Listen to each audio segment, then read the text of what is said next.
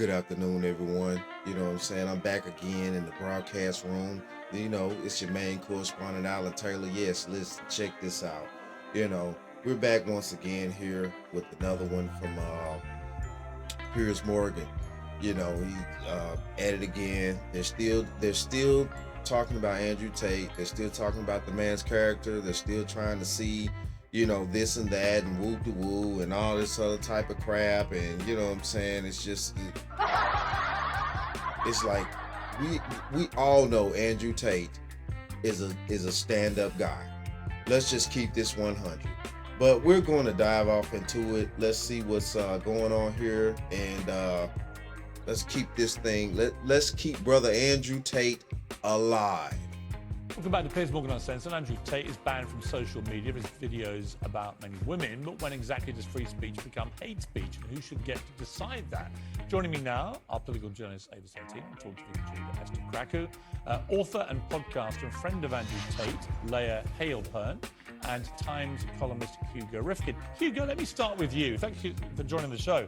I read your big Times interview with this guy, Andrew Tate. I found it very interesting because I knew I was going to interview him on television shortly afterwards. And what I was struck by was that although you were pretty outraged by some of the stuff he said and done and found it personally pretty offensive, you didn't really seem to be able to conclude that he'd really crossed a line that deserved the punishment he's received in terms of social media wipeout. Would that be a fair categorization? Yes, I wasn't convinced because I'm not quite sure what debate we're having here. It seems a given to me that there would be no place for Andrew Tate on a normal conventional media outlet. They're not going to give him your show. They're not going to give him my show on Times Radio. That wouldn't happen. But it raises the question of whether we think that these tech companies, Instagram, Facebook, companies like that, ought to be being held to the same standards as traditional media. If we think they should be, then obviously he has no place in them. If we think they're actually more of a much more free arena where things that we might find in other places unacceptable are in fact acceptable there, then it becomes a whole different debate. And that's a debate we haven't quite settled, I think. Right, because I mean, to me, it's like when Trump got removed from Twitter and Facebook and so on. If you're going to let the Ayatollah of Iran continue to have active accounts on these platforms, I don't see the consistency in banning a president of the United States or indeed someone like Andrew Tate. Yeah, I mean that's quite fair. You've also got to accept that look, huge numbers of people wanted to watch him. Huge numbers of people wanted to listen to him. He's very, very good at what he does. In an earlier age, there were people like Andrew Tate who put out cassettes and CDs or were on various forms of pirate radio. They had huge audiences. The audiences are much, much huger now, and they are and much less policed. They have much greater inroads. People like Tate into teenagers, for example. So it raises whole new questions, whole new issues. I'm not always convinced that just banning them is quite the right answer, but then I'm not sure I'd quite like to be making that call myself. Right, I think that's a really good point. Leah Haleburn, you're in Miami. You know Andrew Tate. You've been to his home in Romania. You know his brother. What kind of guy is he? I mean, many people who don't know much about him will hear some of the stuff he's been saying, which I play to him and challenge him on in the interview, and they'll be horrified. But what do you think? These are prepared. We're about to get into it. Incredibly intelligent man. I think what he's doing is very important. Right now, there's a huge war on masculinity. Men don't really have any kind of role model that they can look up to. Andrew has been very kind and very generous with me. Like I said, I know him personally. I also know him from a business standpoint. I've spent time with him one-on-one. I've never felt uncomfortable. He's never been inappropriate with me.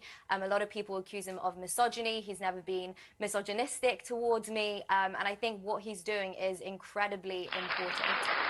Okay, Ava Santini, your view of this. I mean, just from the exchange we just put a preview of, where he says he prefers 18, 19-year-old women to 25-year-olds. I think you're 25, aren't you?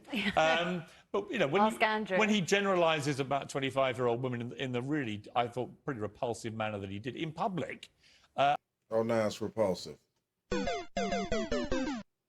Okay, but at the end of the day, though, from what I've been, the knowledge that I've gathered, you are 11 years older than your wife. So, if we just want to keep rolling back the clock, you're still going to be 11 years older than your wife. What the hell? What the hell? I think that is misogyny, actually, because he's branding Right, a yeah, I whole guess. category of women in a very offensive way. I think it's close to misogyny. I think it's actually more looking at women as objectively sexual objects, which inherently is misogynistic. There's something for purity in women. What he's essentially saying between those lines is that he wants some sort of virginal woman. Maybe that's why he takes this girl seriously. I don't know. But I mean, it kind of sounds a little bit like... But he's, that- on the other side, he's allowed to. I mean, he can have these views. Does anything that he says, or the stuff that you've seen with him, does it cross a line where he deserves to be expunged from all social media, to be banished from the internet? You've got to look at the reaction that came off that. So the people who were duetting his videos or the people who were spreading his messages. When you've got 15-year-old boys espousing these sort of views where you're talking about women in purely sexual terms, and that has come from Andrew Tate. Whoa. Whoa. No. He was, no, not in purely sexual terms. See, this is the fucking loophole everybody wants to try to get into. Just because the age was put in there does not have anything to do with sexual terms. Now, the sexual terms come into the fact that, yes, as a 25-year-old woman, yes, you have encountered more sexual partners than, yes, a 18, 19, 20-year-old woman has. You know, in some cases, I mean, you know, nowadays nowadays we're living in the Wild West here. You know, some young ladies have encountered way more partners by the time that they're 18, 19, and 20 than, you know, some women that are 25 years old. Let's just keep it real. I'm just keeping it real out here. I'm just keeping it real. You know what I'm saying? Depends on how you grew up, what you know, what type of area you grew up in, you know, what type of lifestyle you're living, things like that. All that comes into play. But, you know,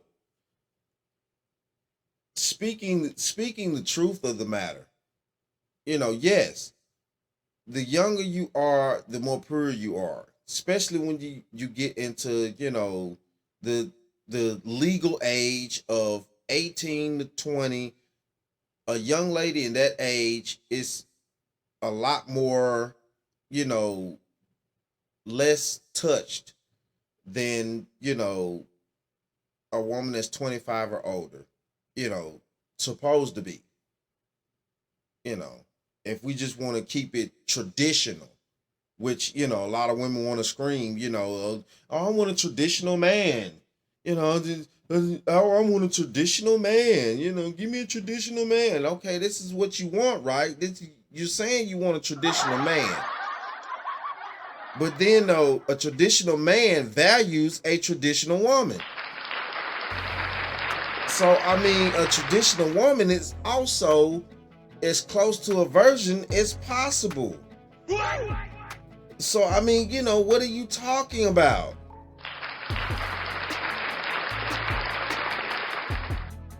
And that's where the problem is. What do you think? I don't actually think that's a very fair assessment. He didn't say, oh, I only date 19 years old, I prefer. He was making the point, and he could have phrased it better, absolutely. But he's saying Which that... he did concede, actually. Yeah, exactly. In the interview. But the point he's making is, and he's a very intelligent guy, like Leah was saying, so he knows what he's doing when he's saying that. Obviously, he's got a massive reaction from it, so clearly it's worked.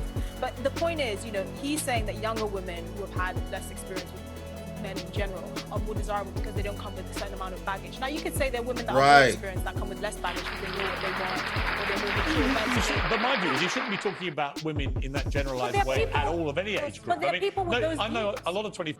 See, here we go with this bullshit. And that's had Piers Morgan. Yeah, lashes. Dude, when people, once you asked a question, stop fucking talking and let people answer the damn question. don't understand what this dude here.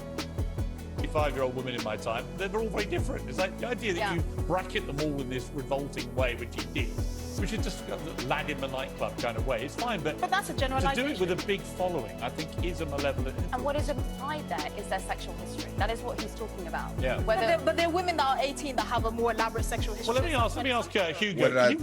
What did I just say earlier? There are some women out here that are 18 that have a higher body count than some women that are 25 plus years old. I just said that. You spent quite a lot of time with him for your big interview for the Times. What did you actually make of it by the end? When you came away, what did you think of it? Well, we got on very well, but then we were two men sitting in his cigar room, bantering, you know. We had a good chat, and a very honest chat. I mean, we had a very similar conversation to the conversation you're having at the moment. I think in different circumstances, I wouldn't have liked to introduce him to my wife. I wouldn't have liked to have to hang out with him with my female friends. I think that'd be intensely uncomfortable. But I noticed the way that at the moment, what we're doing, we're debating whether or not he's nice, whether or not the things he thinks are nice or right. What we're not debating is whether or not they should be allowed. Right. And I think it slightly worries me that we've drifted into thinking those are the same debates. I agree. When did we already become the moral arbiters for whether people should be allowed a social media platform? I mean, let me go back to Leah. I mean, to me, you might find Andrew Tate's views offensive, unsavoury, misogynist, as I did on some occasions with him, although he made some concessions in the interview. I'm not sure by the end that I concluded he'd done anything really so heinous he deserved the punishment he's got. That was my real conclusion, if I'm honest. Yeah, I don't think he said anything because wrong. he didn't. I think all he's doing is talking about reality, and I don't think it's misogynistic to say you prefer a woman that's 18 versus 25. It's literally just a sexual preference. It's the same reason Yeah, but why that's young not. I women don't prefer older just to men. jump in. I don't think. Yeah, but Leah, I don't think that's the misogyny. I had this argument with my sons earlier when they saw the clip. The misogyny isn't that he has a preference for girls of 18, 19, and 25. The misogyny is in the way he talks about every woman who's 25, but that's as if they're all the same and they've all been through this tawdry background. And we all know this. We all know. We all know. We all know that is not what Andrew Tate was literally saying. You know what I'm saying? Not every woman can be put in the same damn category. We all know that, just like not every man can be put in the same damn category. Excuse me. Not everybody can be put in the same damn category. It goes back to what I said earlier. You know what I'm saying? About you have some younger women with higher body counts than some older women, and vice versa. It's, man, but that's no reason to cancel anybody. These platforms, these networks, these from YouTube to Instagram, all this, these platforms are not major mainstream news networks. So, at the end of the day, it's no need to, you talking about canceling people, you know what I'm saying? Okay, y'all want to try to get speech down to a certain type of level when, no.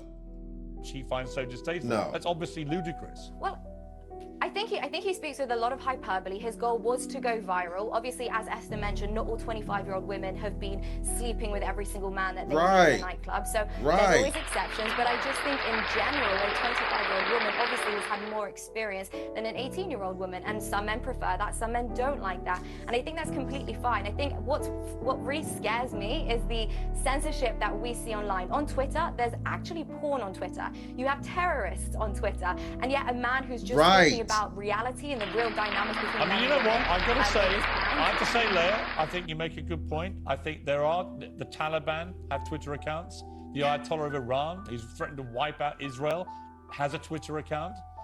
Donald Trump doesn't. Andrew Tate doesn't. Thank you. So we got the Taliban with Twitter accounts.